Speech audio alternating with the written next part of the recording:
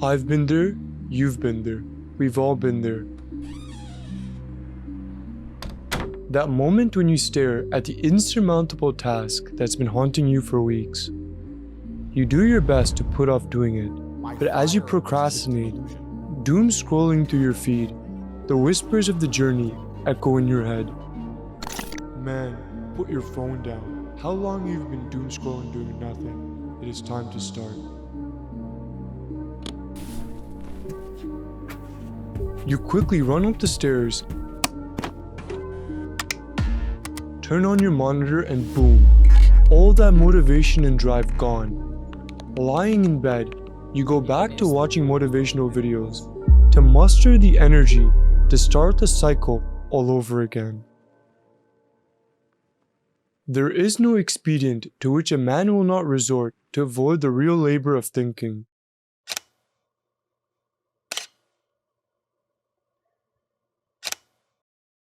You spend most of your days either deliberating action or avoiding it altogether. Instead of doing the task that will get you to your goal, you either procrastinate away your day in the menial things, or you imagine yourself overcoming them. You continue to do this until what needs to be done becomes such a burden. You don't know where to start.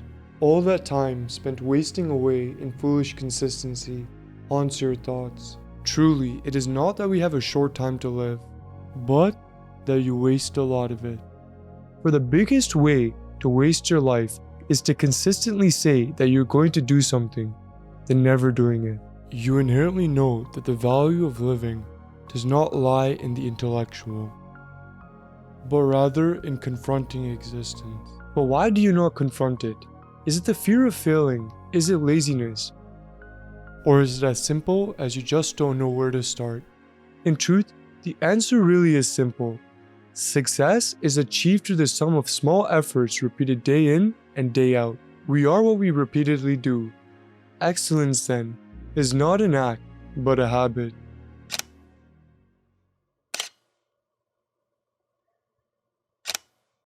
The rarest of all human qualities is consistency.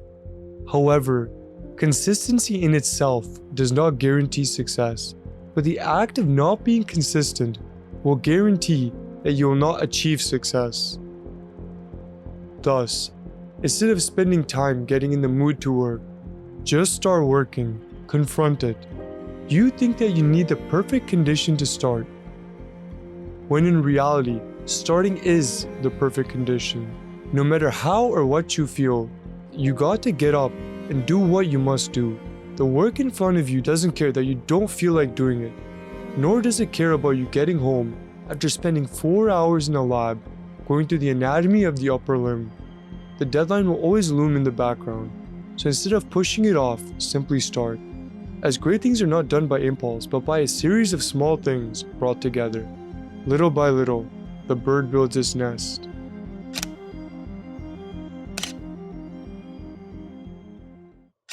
When you say I cannot, you have made a suggestion to yourself. You have weakened your power of accomplishing that which otherwise would have been accomplished.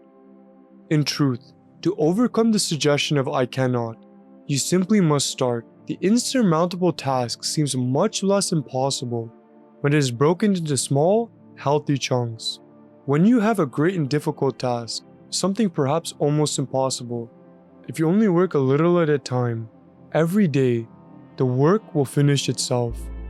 Consistency is the act of doing one small thing that brings you closer to your goal, and if you continue to do that, even a measly 1%, it will compound into something greater. You achieving that goal is nothing more than the natural consequence of consistently applying basic fundamentals over a long period of time in a single direction. Thus, if you are to travel a long way, taking a small step every day is better than taking a strange jump at once. And do not abandon the task just because you think it is small, for persistence in that task can lead to greatness. As you repeat that small step, the step can develop into a habit, and when you accumulate small but consistent habits, it will ultimately lead to results that you thought would have been unimaginable. Verily, Success is the sum of small efforts, repeated day in and day out.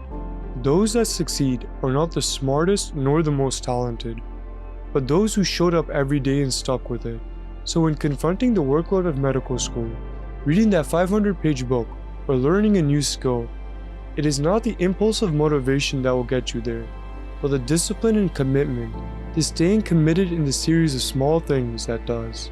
Thus, make it your goal when you experience adversity to say, "This is what I trained for this is my discipline."